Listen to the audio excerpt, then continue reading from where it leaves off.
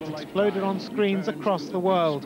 A remarkable revival that's captivated a new generation of cinema goers and surprised studio executives in Hollywood. But it could have been a very different story. Luke Skywalker, Princess Leia, Han Solo, they almost fell victim to a more powerful enemy than Darth Vader: time.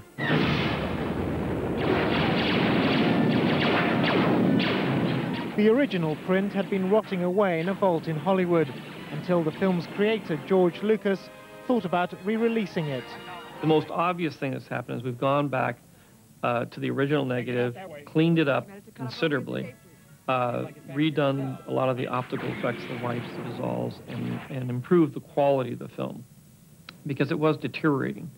And one of the things I wanted to do was preserve the film so that it could be still a viable piece of entertainment in the 21st century. The actual original negative, it was so far gone that unless we actually did this at this time, we were never going to have the film to be able to release ever again. Work on the film took some 3 years and cost $15 million. But for 20th Century Fox, it's been a lucrative investment. The story of boy saves the universe and gets the girl, combined with stunning special effects, has swept the box office.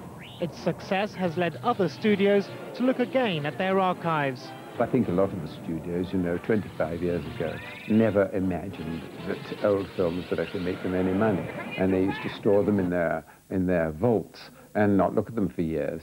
Now, if they were on nitrate, they were virtually destroyed because nitrate actually crumbles in the end, and there's an awful risk of fire. But nowadays, all the studios suddenly realize that they can actually make money with re-releases. The problem is, can they actually have a re-release of a film which has been half destroyed in the vaults for all these years? Most films get a second lease of life when they're released on video. For the studios, it's another way of recouping their costs. But what Hollywood tends to ignore is that some films never go out of fashion. There's another bonus for Hollywood. Re-releasing old movies opens the way for new ones to be made. Already 3 new Star Wars films are planned, the first one due in 2 years' time.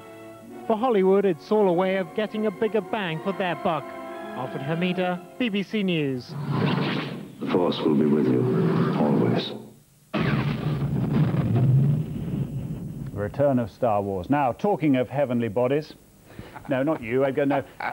We want to hear about that comet that's appeared in our skies, Hale Bopp.